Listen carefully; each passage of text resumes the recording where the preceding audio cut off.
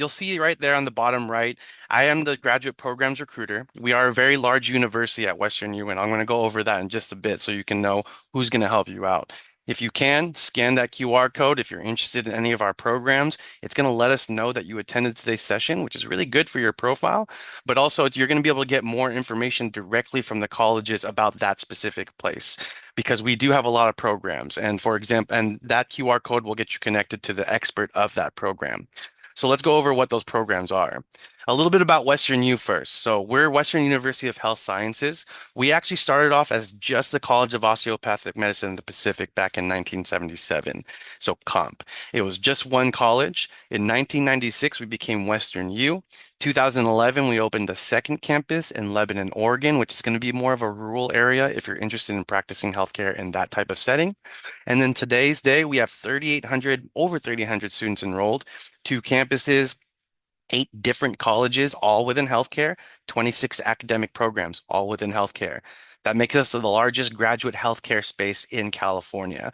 But 3,800 students, many of them are going to be on clinical rotations. It still has a family type culture and feel on our campus if you ever have a chance to come visit us. So here are our doctoral degrees. As you can see, like I said, we have 26, so it's going to be a lot. The main ones are going to be things that you probably recognize, right? Doctor of Dental Medicine, you see optometry there, osteopathic medicine, and I'll go over quick details of what each of these programs are in my 20 minutes. And then Doctor of Pharmacy, that's another big one, the PharmD. We have physical therapy, podiatric medicine, vet medicine. Like I mentioned earlier, we're one of only two vet schools in all of California. We also have master's programs. So nursing is going to be a really big one for a lot of you. We have an MS program, which is works as a linkage. So for those of you who are in that space where your GPA or MCAT is not quite as competitive as you'd like it to be, we have a 1 year's master's program that's going to help boost your application that works a lot like a post-bac program, but you actually get your master's degree conferred. So we do that. We do nursing. We have research type master's degrees. We have the PA program, which is probably one of the most saturated healthcare professions in the nation right now. So why would you want to come to Western U? I always like to put the mission on there. I don't like to skip it. Skilled hands and compassionate hearts will continue to be the signature of all of our graduates, exactly what's needed in healthcare today. You'll notice that anytime that you come to a Western U event, we're going to focus on our core values. Specifically, the last one, it's science, caring, and humanism. Our founding president right there, Dr. Pomerantz, he really wanted to make sure that he was admitting students and training physicians that really cared about giving back to their communities, that cared about their patients and really wanted to give back. So why Western U? We have over 150 clubs and volunteer opportunities. Those are within medicine, but some are with not. So when you get to graduate school, it's going to be very busy. It's going to be really stressful, but you want to make sure you're taking care of yourself too. So we have clubs and organizations that are outside of professional medicine and that sort of thing. Like we have a musicians and medicine band actually for students who just like to play music together. And so we have two beautiful campuses in Southern California, Oregon. Again, Pomona is not too far away from you all, especially during the normal traffic hours. We're against traffic. I actually used to work in Irvine. And so driving towards Pomona, it's only about like 30, 45 minutes because we're going against traffic. But come visit our campus. It's beautiful and you'll be able to see exactly what type of university it is. Interprofessional education, that's a big one. IPE. A lot of these programs that you can go into, they're going to have some sort of IPE structured into it, where you're going to be taking a case study or a course with other students from other specialties. That's really important, right? When you're a doctor, you're not just working with doctors all day. You're going to be working with nurses, physical therapists, physician assistants, et cetera, et cetera. And so with our IPE program, you're going to get that early communication with those other specialties, which is really important for the healthcare profession in general. And of course, it's a networking opportunity as well. Our patient care center and pet health center are on our campus. So that's one way we give back to the city of Pomona, which is an underserved community. The patient care center has a foot and ankle center, has a dentistry, an optometry, a pharmacy, and a normally family practice center where we give free and discounted services to the city of Pomona. And same thing with the pet health center because we are a vet school, so you can come bring your dog to go get vaccinations, get boarded. We have physical therapy and for animals as well. And then again, humanism is the big thing. If you're someone that really does want to do practice medicine in a way where you give back to underserved communities and you really want to take the time to get to know your patients and care for them, this is the right university for you. And then that's our on-campus housing. I'm going to skip through that. You can see it's really nice, but let's focus on this on the programs today. So osteopathic medicine, that's what I specialize in. So if you didn't get a chance to scan that QR code at the beginning, don't worry. I'm going to have it at the end again. Make sure you do scan it so that way you can get more information on these programs, but also so you can get connected to the recruiter like myself who specializes in that program. So for me, I specialize in medicine. So anything that you need to know about osteopathic or podiatric medicine, you can save my contact information or scan that QR code. And then whatever you need, I'm a resource for you. Whether you come to Western U or not, if you just need advice on how to get to medical school, that is what I do. And that's what I take a lot of pride in. So I don't even consider myself a Western U recruiter sometimes. Like if you tell me the best fit for you is Charles Drew, for example, then I will still be your support system. If you and you want me to look over your personal statement and make sure that it looks good, you want to practice some interview techniques, I got your back. But if you wanted to know what an osteopathic physician is, just so you know, it is a complete physician. It is someone who full and unlimited practice in all 50 states. So don't worry if you didn't know what that was. Before I started working for Western U, I'm an education ex professional. I'm not a medical professional. I did not know what an osteopathic physician was before I started working at Western U. Once I started working there, I checked my family practice where I go, which is Kaiser, and honestly, over half of them were all DOs. And so the main thing that you need to know is that a DO can do anything an MD can do, and vice versa when it comes to the scope of practice of a physician. If you want to be a surgeon, you can do that as a DO or MD. If you want to be an anesthesiologist, OBGYN, psychiatrist, whatever type of doctor you can think of, an MD can do it, and so can a DO. An MD defers an allopathic medicine degree, a medical degree. A DO just stands for a doctor of osteopathic medicine. It's a holistic approach to medicine, so the philosophy behind it is a little bit different. They emphasize the whole body. They really take into account your lifestyle, the environment, and the background, the circumstances before jumping straight into prescription or surgery, but they are still full physicians. So let's say that your arm is in pain. A lot of times, like an MD will go straight into diagnosis and treatment. Whereas an osteopathic physician might be asking a little bit more questions before they're prescribing pain medicine or jumping into surgery. If they can prescribe like a stretch, for example, or something to change in your lifestyle that will help heal you, they're going to do that. However, if they need to go into surgery or prescribing medicine, they can do that. It's the same exact structure. So 4 years of medical school for MDs and DOs. They go to the same exact residency programs. They have the same match day. And so when you're a resident, they don't even know if you're an MD or a DO resident for the most part. They just want to know, are you a good resident to my patients there? And so again, fully the you want to know more about DO, definitely reach out to me. Definitely reach out to osteopathic physicians and students so you can learn more about the medical degree and what the medicine means itself. But just understand that if you want to be a doctor, if you want to be a physician, a DO can do anything that an MD can do. A doctor of physical therapy will offer that degree as well. And that's so physical therapists are the ones who diagnose and treat your individuals of all ages with injuries that limit their abilities to move and perform functional activities. So with our university, our PTs get 36 weeks of gross anatomy with dissection. What that means is we have actual cadavers on campus that our PT students will be able to work with and do dissections with. All of our cadavers, and that's not at every single PT school or every med school even. And just so you all know, we still keep on with that humanistic approach to medicine. All of our cadavers in our gross anatomy lab have all been donated by friends or family of our university, and we hold ceremonies to pay respect to them and their families every single year. But we will never and have never purchased a cadaver. But when you become a PT student or a med student, these are your first patients. So it's a really big benefit having that gross anatomy lab. Our PT program is really awesome. It has a high student faculty ratio. And then we have a lot of PT research facility. We have a great PT research facility as well. And so when I mentioned that QR code, if you are interested in PT, when you scan at the end, you'll be able to choose PT as the program that you're interested in, and then you'll be able to hear about all the information sessions we have coming up, and you'll be connected to Robin, which is my counterpart that works for the college, for the physical therapy college. And so that's a really big benefit for you as you're trying to figure out, hey, what program or what type of profession do I want to go into? You can speak with people like myself all day, but I'm not in the weeds doing it, right? If you want to know if you want to be a physical therapist, I'll let you know how to get into the program, but you want to talk to actual physical therapists or you want to talk to physical therapy students to see if this is the right field for you. So when you scan that QR code and you get connected to my counterpart in the PT college, make sure you ask them if they can connect you to first year students, second year students, maybe to a faculty member who was a physical therapist before. We can do that for you. If you're interested in medicine, that's what I'll do. So osteopathic or podiatric medicine, I can get you connected with students and faculty.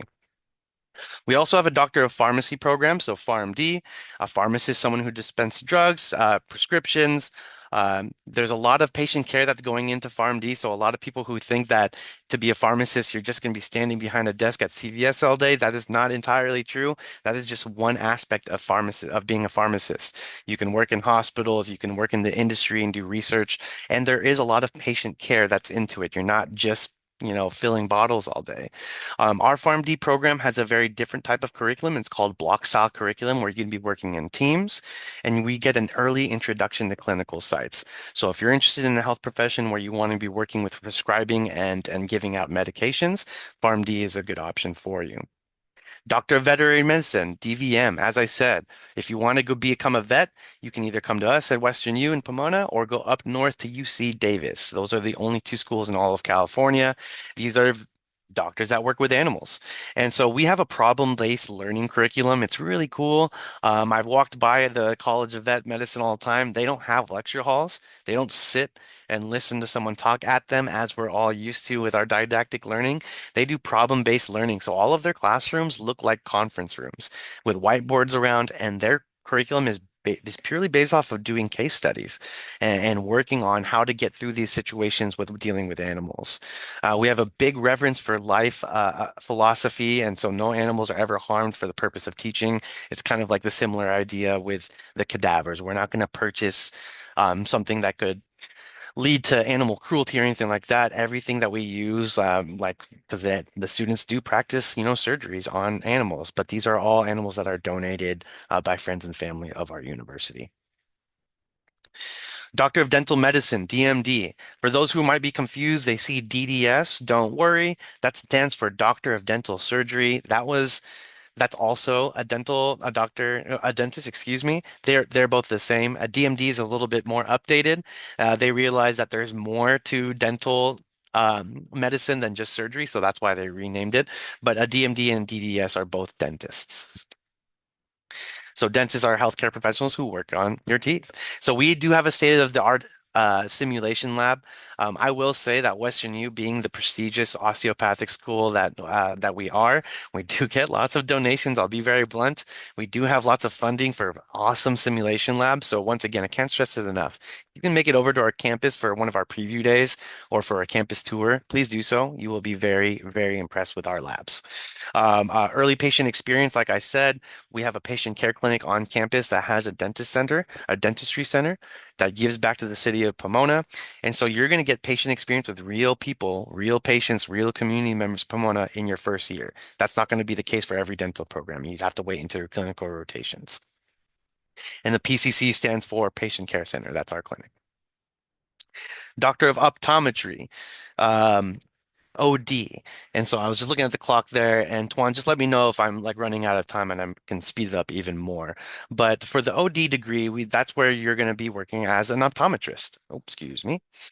That's pretty self-explanatory. The doctor of the eyes, same thing. Early access to patient care at Western U. Our patient care center has an optometry as well. So you're going to already be working with patients hands-on right away. And Western U has a focus for optometric rehabilitation. Our I've worked at Marshall B. Ketchum University in Fullerton as well for our optometry program, which is a really strong optometry program too. I will say that Western U's optometry program is also very strong. DPM, this is a huge one. This is something that I specialize in. I know that Tuan mentioned a little bit earlier too.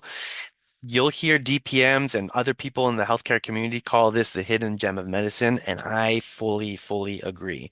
If you are looking into medicine and you do not have the metrics that you quite want, I know I mentioned the MSMS program earlier, and there's other programs where the metrics aren't as strong, but getting into medical programs is competitive. As Tuan said, like it is difficult. There's high GPAs and high MCAT requirements for a lot of schools. For our osteopathic school, for example, it's about 3.7 average GPA entering in with a 508 MCAT score entering in. Now, for our DPM program, the numbers are a little bit different. And competitiveness has everything to do with how many people are applying to the program and less to do with, or actually nothing to do with like how difficult the program is or what the program entails. So just so you know, our DPM students, that a doctor of podiatric medicine is a full physician and surgeon. They take all the same exact classes as our DO students. Literally, they are side by side with our DO students because there's no way that you can perform surgery on someone's foot without being a full physician that understands the whole body. So they are going through the same exact medical structured program as our DO students. The one difference is that when our DO students, our osteopathic students, go learn osteopathic manipulative medicine, which is a technique that osteopathic doctors learn, our podiatric physicians go learn extra techniques on podiatric medicine. They specialize on the lower extremity. So they are full physicians, but they're going to focus on surgery, dermatology, everything, wound care, anything that you can think of from your knee down. They're going to be doing surgeries all the time. So especially if you're looking for a surgical route, like you really are interested in being a surgeon, this is a really awesome opportunity because it's not as competitive to get in. You have the opportunity to get in there. The average GPA for our DPM program is around 3.4, and our average MCAT is around 497. That doesn't just because it's easier to get in this program. Again, I don't want anyone thinking that this is an easier medical program. You're going and taking the same classes as DO students. You're going to 4 years of medical school, and then you're going to 3 years of residency program. However, that is another benefit of the DPM program. We have had 100% residency placement for the past 11 years in the DPM program, meaning if you want to become a surgeon and you pass the DPM program, you will become a surgeon. And you will become a surgeon in 3 years residency programs, whereas was MD and DO programs, those residency programs for surgery sometimes, or actually not sometimes, very often will require more years. So either like a 4 or 5 year residency, and sometimes they will require extra years doing a fellowship as well. Whereas the DPM program, you do 3 years of your surgical residency, and then you're straight into practice. There's only 11 DPM schools in all of the nation. It's a great opportunity to also work in sports medicine. So surgery or sports medicine, this is a great option for you. So it's first for you to consider. Obviously, if you want to be psychiatrist or OBGYN or something like that, DPM will not be the route for you. It does offer a great work-life balance, and again, it's a fastest track to specialty and surgery compared to traditional medical schools. If you want to shadow, that is one great thing about the DPM program too. They need more of them and they love their jobs and they want you to see that. So if you are interested in shadowing, please contact me after this. Make sure you scan that QR code or just email me directly and we will guarantee that you shadow someone at our PCC pretty soon. I am not a medical professional. I asked if I could shadow someone and they had me in the office the next day because I want to see what I'm sending students to. And I saw real patients. I saw a patient whose foot was completely black. He had di I actually walked out because I thought that I wasn't allowed to be there or that it was too sensitive. But, the DPM was really nice and invited me back in. The patient was awesome too. Apparently, he had diabetes and they were just doing some wound care. I thought they were going to have to amputate his foot. It looked that bad, but clearly I don't know anything about medicine. But I went with that. I saw a few other patients, and that was all just within 1 hour because I didn't wasn't going to spend my whole day. But with you as a pre-medical student, pre-healthcare student, you can go to a 4 hour shadowing shift and see a surgeon, a DPM, and see, hey, is this a career for me?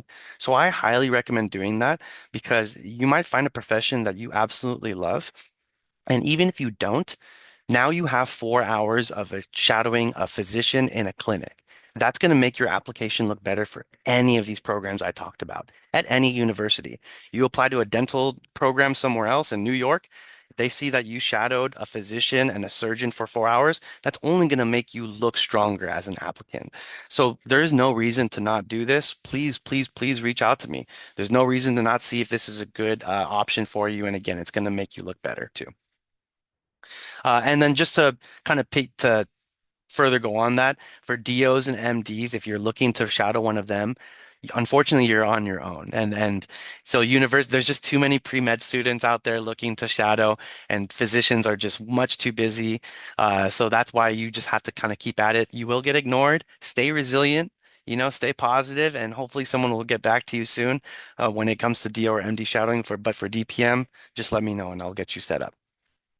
MSMS program, think of this like a linkage. Think of it like a post-bac program, but instead it's only 1 year and you get your master's program. So you have a master's degree. So you will have the letters MSMS after your name. But it does work as a 1 year's master's so that you can get into one of those programs that maybe you don't have quite the numbers for. So you're lower on the GPA, you're lower on the MCAT. You can take this 1 year's master's program and it's going to make you look more competitive. And you're already going to be taking classes on Western U's campus. So it really does work like a linkage. If you want more information on that, please let me know. MSNE, that's a really strong one. A lot of people think that to become a nurse, they have to go get their BSN or their ADN. But no, with their MSNE, the entry level one, you can get your master's degree or your bachelor's degree in literally anything, in business, in music, in underwater basket weaving, whatever it is. Just do the prerequisite courses and then you can get admitted into our MSNE program. And with their MSNE program, you're going to be able to, they're going to help you apply for your RN license, and then you will be a master's level nurse even though you did your bachelor's in something else. So that's an awesome program for people who want to get into nursing, who don't necessarily want to do a BSN or already got their bachelor's in something else. And then, of course, we are a graduate school. We have so many opportunities within nursing. These are a lot more advanced, but if you are someone who wants to continue advancing your career within nursing, we have so many different options with Doctor of Nursing Practice, family nurse practitioners, etc. PA, like I said, one of the most saturated programs in the nation. This is a good example of competitiveness. Our GPA, average GPA for our PA program, is higher than our medical school, which is already really high at 3.67. So the reason that is not because it's a more difficult program or anything. This is a 2 years master's program where you're a physician assistant, not a full physician.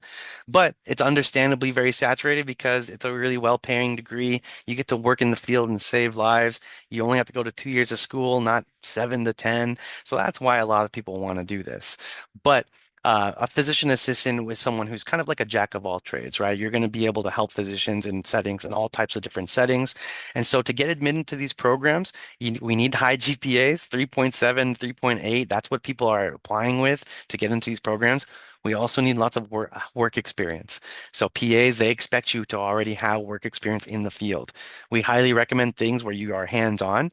So really strong jobs are things like EMT or CNA, a certified nursing assistant. But you can do things like medical scribing or medical assistant or other things like that for healthcare experience. That's only a 2 years program. First year in the classroom, and second year, you're already out doing rotations.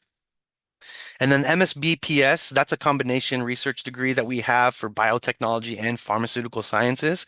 If you're interested in research, this is a good master's program for you. So this doesn't have to be specifically within pharmacy, but that is going to be one aspect of it. Just think, hey, I want to go do research. I don't really want to get in front of patients, but I want to work in the healthcare field. This is something that you can scan that QR code and get more information about. And then there you go. Hopefully I didn't take up too much time there. There's a QR code once again. There's my email and phone number. I know that was a lot of information and there was a lot missing too. There's so much admissions information, tuition information, job, salaries and that sort of thing. So to get all that, please scan that. And if you have any questions, please let me know. And thank you all so much for your time. This time we'll turn it over to Samaj from Yeah, go ahead, Samaj. So sorry, Tuan. You had let me know to introduce him, so my fault. Samaj, it's all you. Thank you so much. I'll stop sharing my screen now.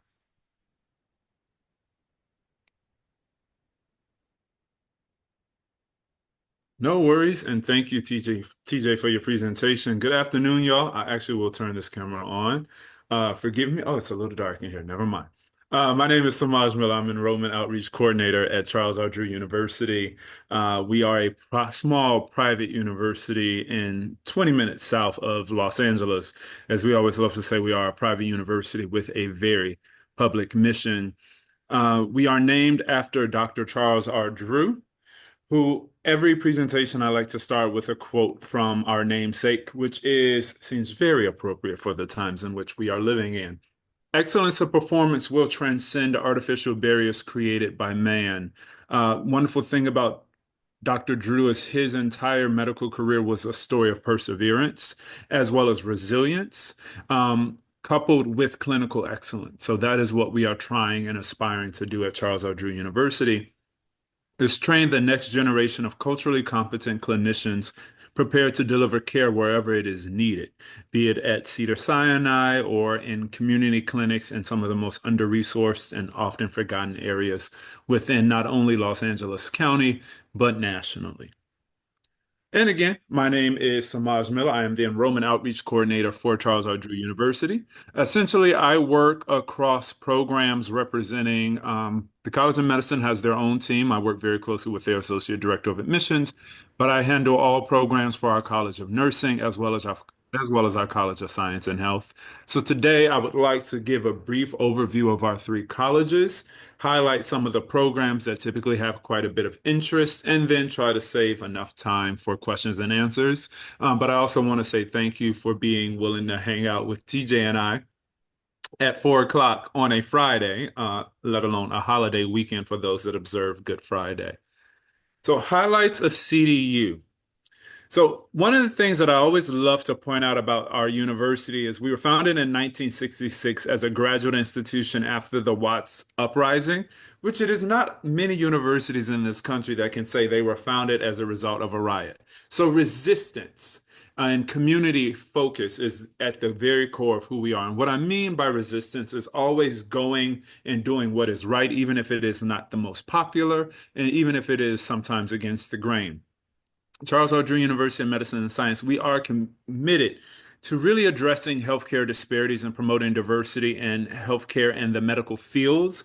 What we are trying to do as a small institution is to go into those communities that have often been under-resourced and forgotten and provide care so that we're closing those gaps. So we're literally promoting health equity both in the classroom as well as in practice via the 4 mobilized hospitals that we deploy around Southern California and around the state.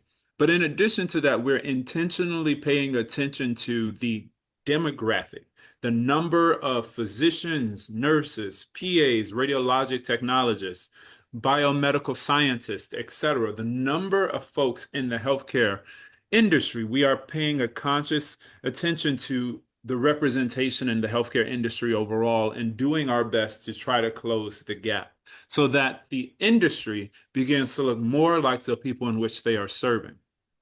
One of the things that we love and we are very proud of is we are considered one of the most diverse universities, in the nation. We are federally designated as a historically Black graduate institution. Our medical school is designated as one of the 4 historically Black medical schools in the country, the only one west of Texas, and we are a Hispanic serving institution.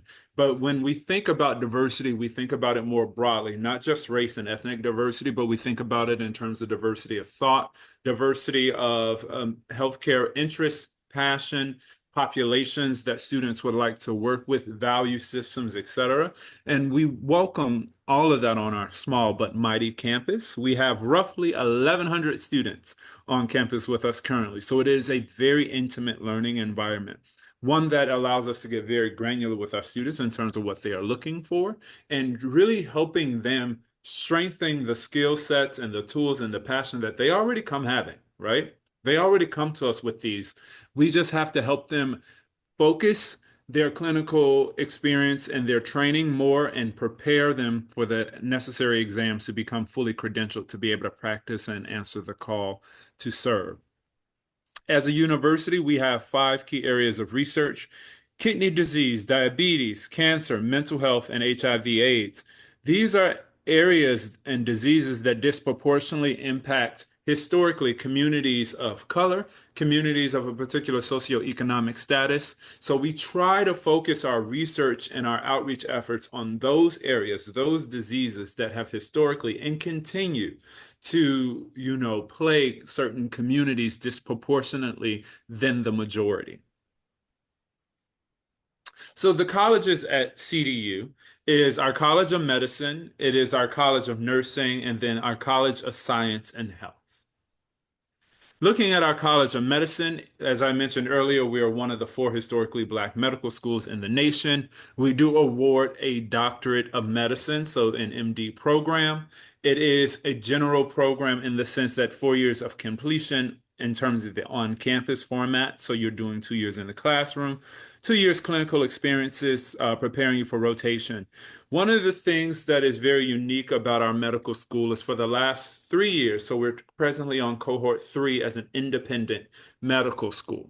But for decades, it was a joint MD program between Charles R. Drew University and the University of California, Los Angeles. So it was the UCLA CDU Medical Educations program that we recently decided to teach that program out and bring our MD program home. The last cohort from the joint program with UCLA recently just had their match day a couple of weeks ago. So I share that to say there's a lot of excitement around bringing our own MD program back to our campus. We are located in the Compton area. So it is one of many things is really accomplished with bringing it home.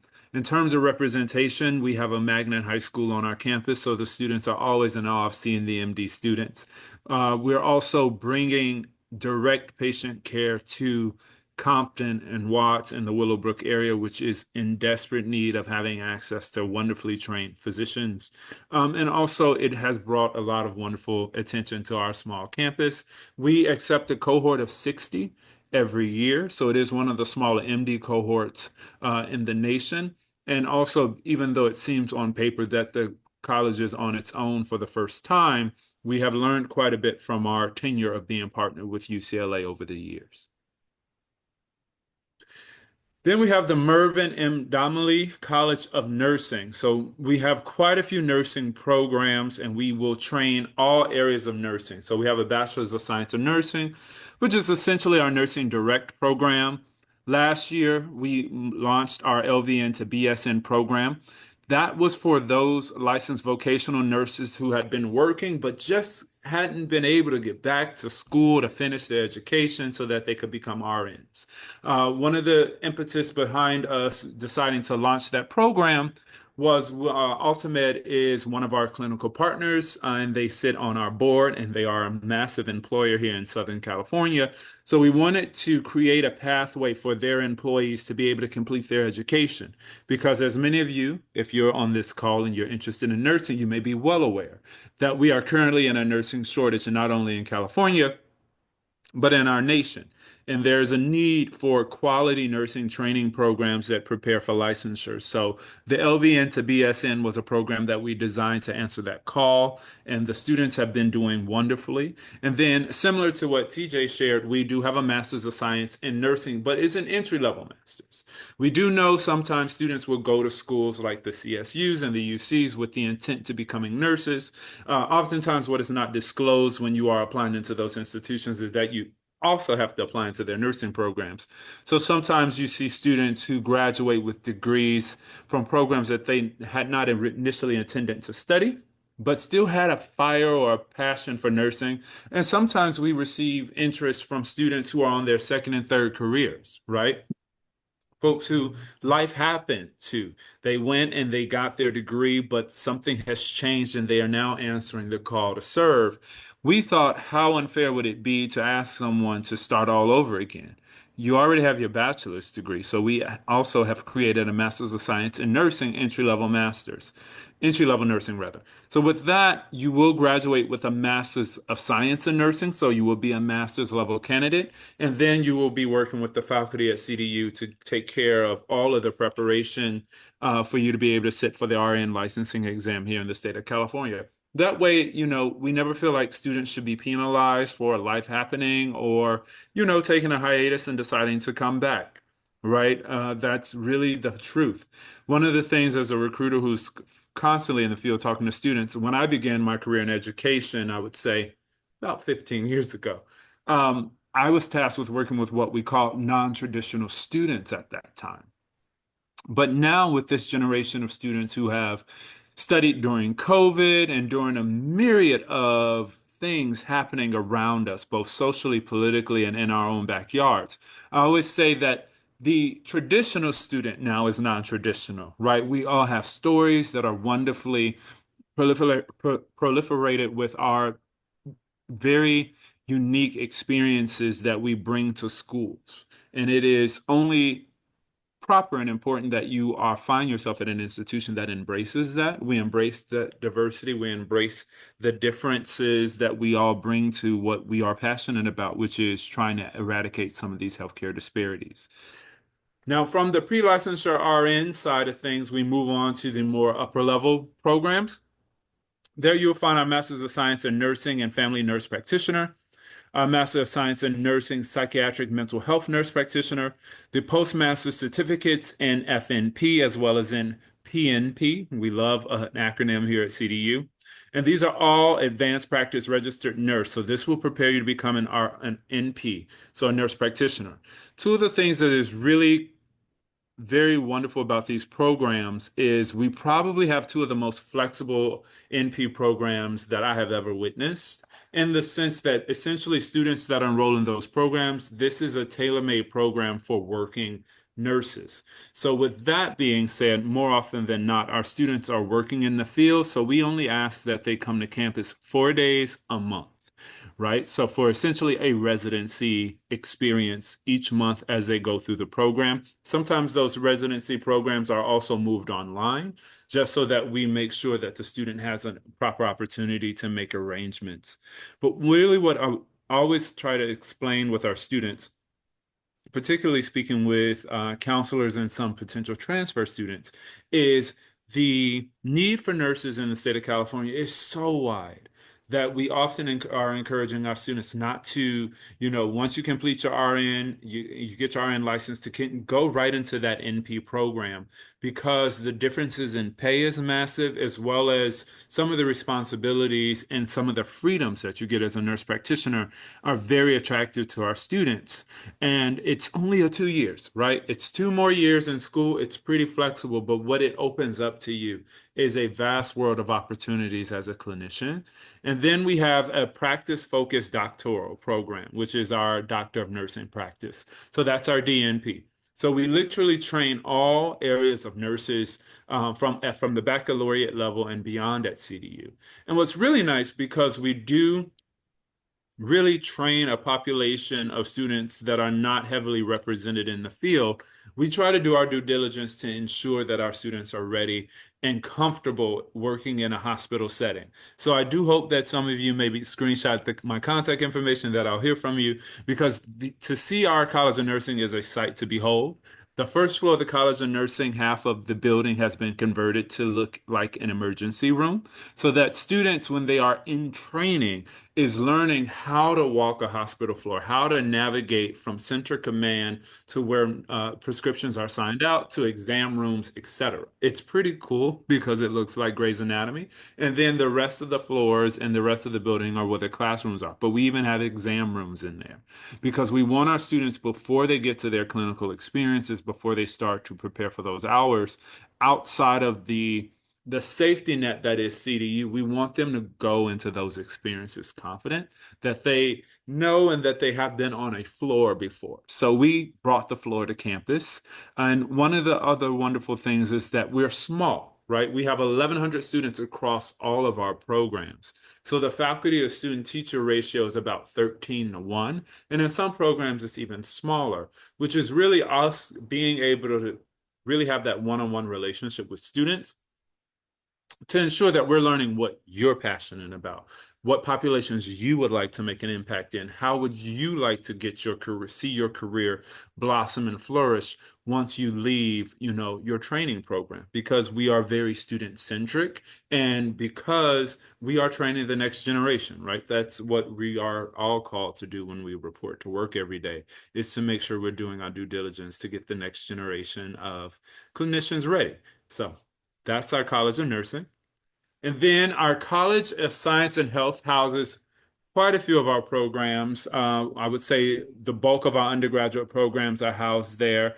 The Department of Health and Life Sciences houses our BS in Biomedical Sciences, as well as our MS in Biomedical Sciences. And as you see, it says right there, #1 in the nation. That comes from basically a publication that realized we have a one-year master's degree that has MCAT prep built into it. We can also build in PharmD prep. We can also build in DAT prep for dentistry school in that master's program. And it's very few places you can actually go to complete an entire master's degree for under $50,000 with our current tuition rates.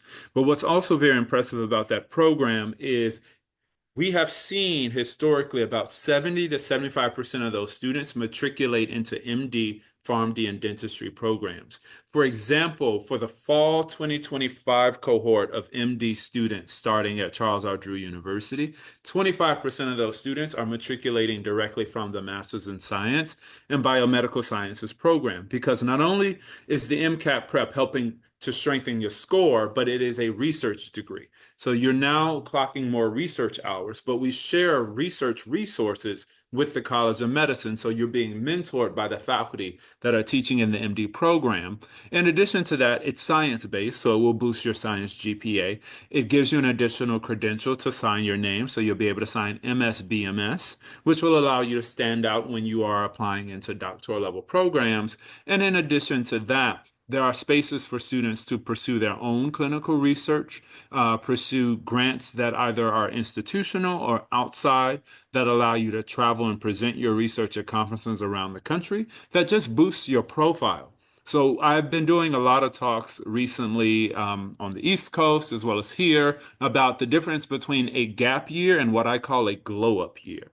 A glow up year is really for those students that have pharmacy, medicine, and dentistry interests, and even to an extent PA, is taking a year away from pursuing and applying into those programs and intentionally strengthening your applications in key areas, glowing up the application, right? And the Masters of Science and Biomedical Sciences has been an invaluable resource for students over the last several years. And we see it even with our own MD program here at Charles R. Drew University.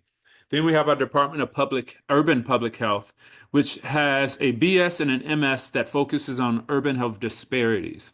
It is as we move to a more urbanized nation, meaning that we have more cities than rural areas, it's also important to understand how systemic and structural and both conscious and unconscious bias plays in terms of the impact that it has on overall health.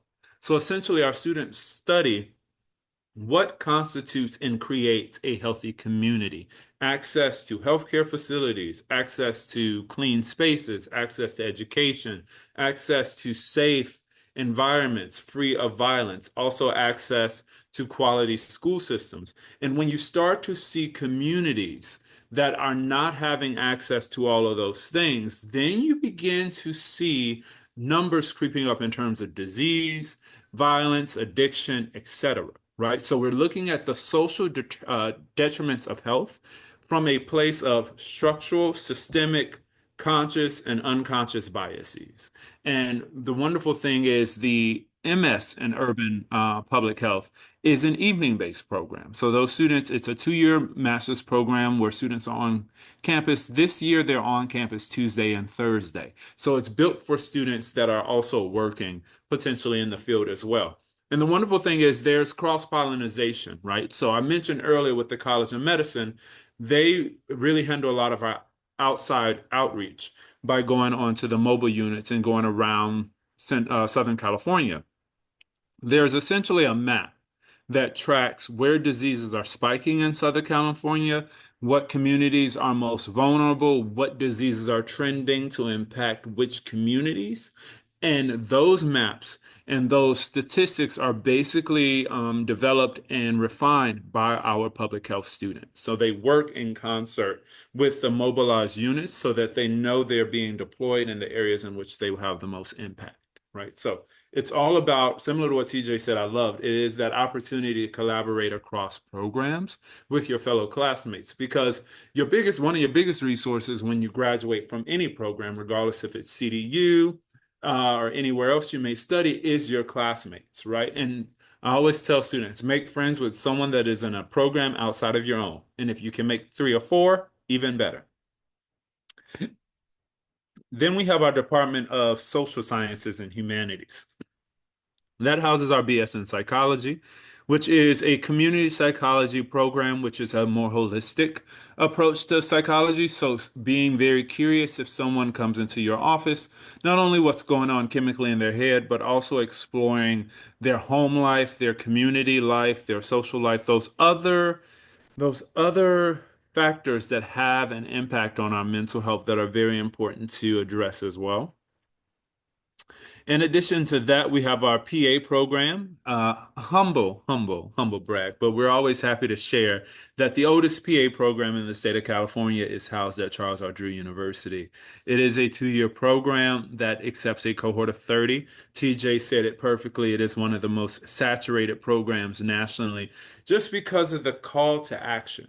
Really. And the swiftness in which the program is able to be completed makes it quite attractive.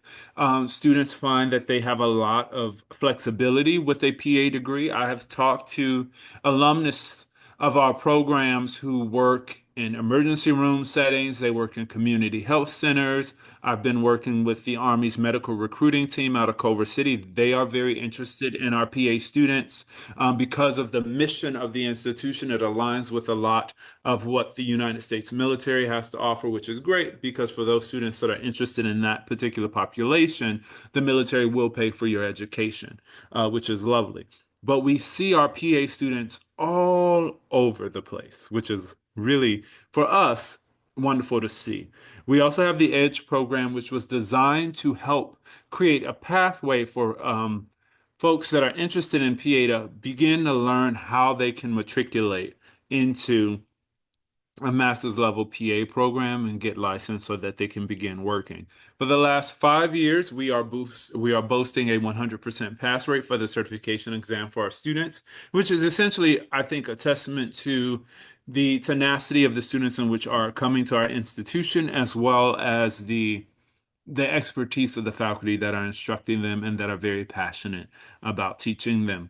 And then we have our radiologic technology program. It is an associate's degree in radiologic technology, which is essentially the folks who do your X-rays and a myriad of examinations. What a lot of students do not know sometimes is that you can make an amazing career for yourself, both in terms of having an impact on someone's overall health and also fiscally as a radiologic technologist. So we train at the associate's level. We have a number of certificates that will allow students to expand their clinical skill set. And then we have recently announced a bachelor's in science and radiologic science that is a hybrid program that allows students to continue their education even while they are practicing.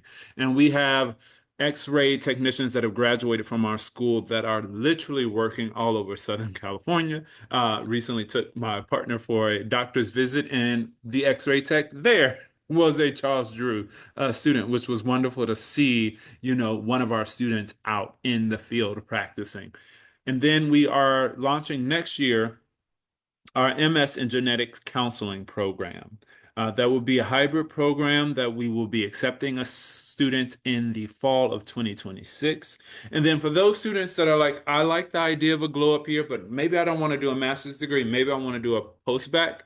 We do offer a post-baccalaureate leadership certificate. We do participate in the consortium of post-bac programs here in the state of California. So you'll be working with our team in addition to the post-bac team from several other universities across the state, just to ensure that we're all working together to help you, fine-tune that application to get you ready for med school.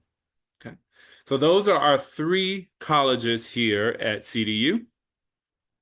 Application requirements vary based upon program, mainly because several of the programs offer clinical licenses and they have different accrediting bodies, so we want to be adherent to that. So to help you with the application process, what we do is every student is assigned an enrollment specialist based upon your program of interest, right? So there's someone that is boots on the ground that is helping you refine your application, make sure that it is the strongest application that it can be before going before the faculty committee.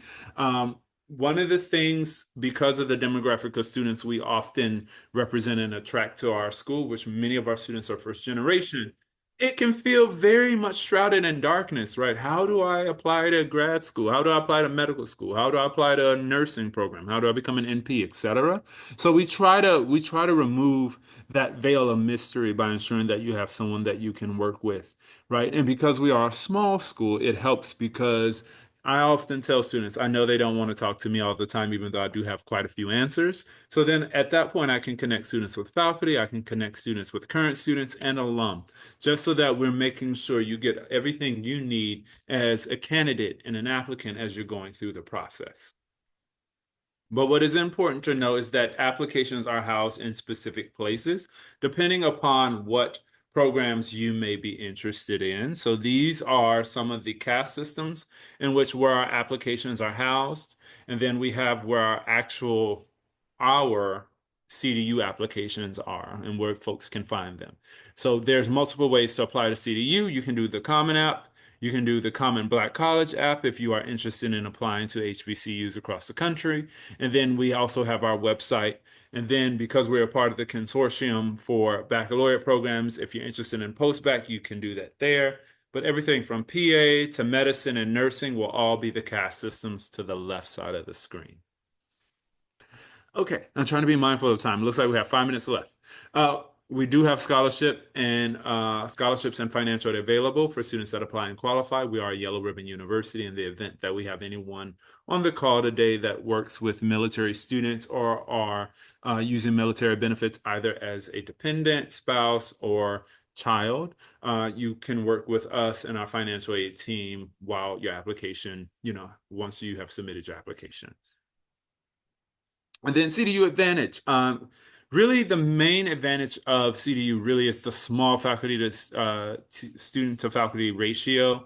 It is the social justice aspect of the institution. I know during the intro earlier, we were talking about we give students a chance. Because many of our students are first generation, for example, with PA and MD. Yes, those GPAs are typically quite high, but we have found throughout the last few cycles that every now and again we find a wonderful candidate whose either GPA isn't the strongest or their MCAT score may look, a bit different compared to some of the other ones. And we just ask what's going on, right? Because many of our students, as I shared, are first generation. So they're trying to hold down full-time jobs while working, while also sometimes helping their families and what other commitments and real life responsibilities they have. And similar to, as I said, about our entry-level master's in nursing program, we don't penalize folks for life happening. I think we would be at a disadvantage as an institution to just cast someone away because of a numerical value without investigating, hey, what's going on with your GPA? We noticed, in your sophomore year, there was a bit of a slump there, but you recovered. And as long as, your students are comfortable, they have been willing to share with us in the past. And we've found some very compelling stories that I think have helped students even be admitted because, and one thing we know, and what we've learned from Dr. Drew, is that resiliency and tenacity are important if you want to try to make a living and a career in the healthcare industry. And oftentimes, when students give us an opportunity to get to know them a little bit better, it concretizes that for us that they are a great fit for our university beyond the GPA and things like that. I will stop here because we have space for Q&A. I'll unshare my screen so that we at least have a couple of minutes for folks to ask questions. Okay. So it does look like TJ was able to answer most of the questions. Okay. If there's any final questions that anyone's really dying to ask, please either put it into the chat and or turn on your microphone and please fire away. And Samaj, I think there was one for you at the end there. It says, how do we find these additional across the nation that you just mentioned for CDU? Hold on. Let me see. Let me find that one. How do we find these? They're typing it in the chat, so on the bottom. Okay, Yeah. I'm scrolling. Also, shout out to you, TJ, for answering these questions. Yeah, no problem. All right, so you can either reach out to me, I'll put my email address in the chat, or you can request information online. So I could have tagged that question to who it is. I'm sorry, still scrolling.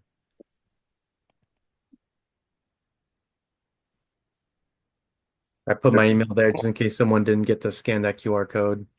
My last name's Pei. My first initial is T, so that's why it says pet. It's not because I don't work for the vet school. I think the IT guys are playing a joke on me.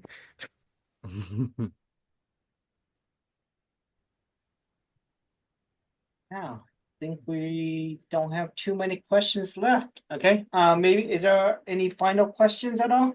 Anyone needing to know? And if not, actually, I do have one quick question for TJ for your program. For your PA program, are there clinical hours required? You know, like I know some programs have 1,000 hours, and then of the students who do apply, about how many average hours do they have? Very good question. I'm gonna have to get the exacts for you, but I will say that 1,000 is really gonna be like the bare minimum that if you're looking into a PA program, I'm not just talking Western U, but just in general, 1,000 is probably where you want to start because there's going to be other programs, and I've worked for several PA programs. So, like for Chapman University has one, Marshall B. Ketchum University in Fullerton has one. There's some PA schools that will require something like 2,000, some even 3,000. And so you have to keep that in mind. If you want to be if this is something that you're really serious about, you want to be competitive. If they're applying to Western U, a lot of those people who are applying to our university are also applying to those other colleges that require more. So Mhm. really, you want to go 1,000 is a good base level to go at, but you want to go as far as you can. And really, that's the mindset you need to have for any of these programs. You should not be someone that's aiming for the bare minimum and stopping, because if you are, this might not be the field where you're going to find the most success, right? It's just way too difficult, way too time consuming, way too competitive. But that is a really good question. Like we've both been saying, like Samaj as well. And maybe he has a different amount of hours that they're looking for their programs, but PA programs are so saturated that I would say very minimum 1,000. But if you can get up there and do more, and then as hands-on as you can get is really important too, because these schools will look at that experience holistically, and they really mean that. So just like my GPA of 3.6 could mean something different than your 3.6, same thing with my 1,000 hours of experience versus your 1,000 hours. If I have 2,000 hours as a medical scribe and that's all I did, that's still good experience, but someone with maybe 1,500 hours, but they were an EMT, they were a CNA, they were a medical assistant, they did all these different things in different settings and saw different patients. Even though that's less hours, since it's more hands-on and more widespread, that would be more competitive. So also pay attention to the type of work you're doing.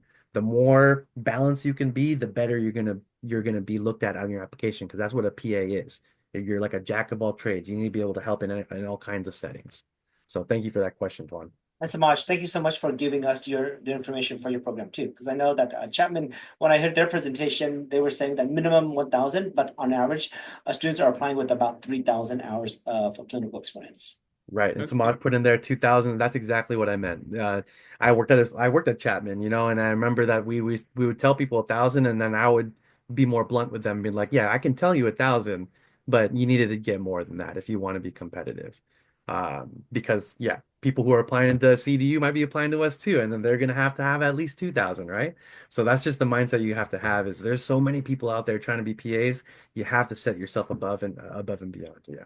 Yeah. And if I may, if your students are, if folks are worried about hours, there is this place called Cope Health Scholars, COPE, and they do a wonderful job. And what they're dedicated to is really helping students to gain hours for those applications, be it for medical school or PA programs.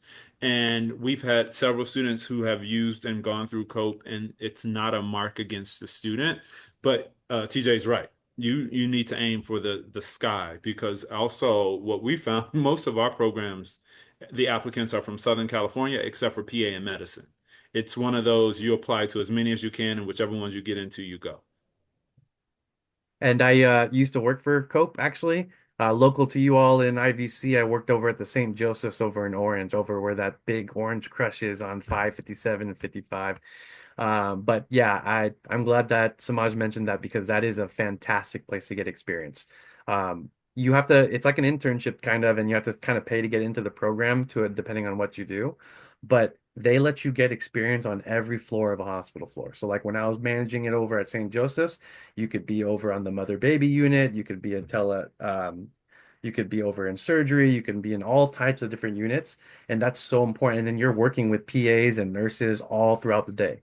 Not doctors so much because they're so busy, but for sure PAs and nurses you're with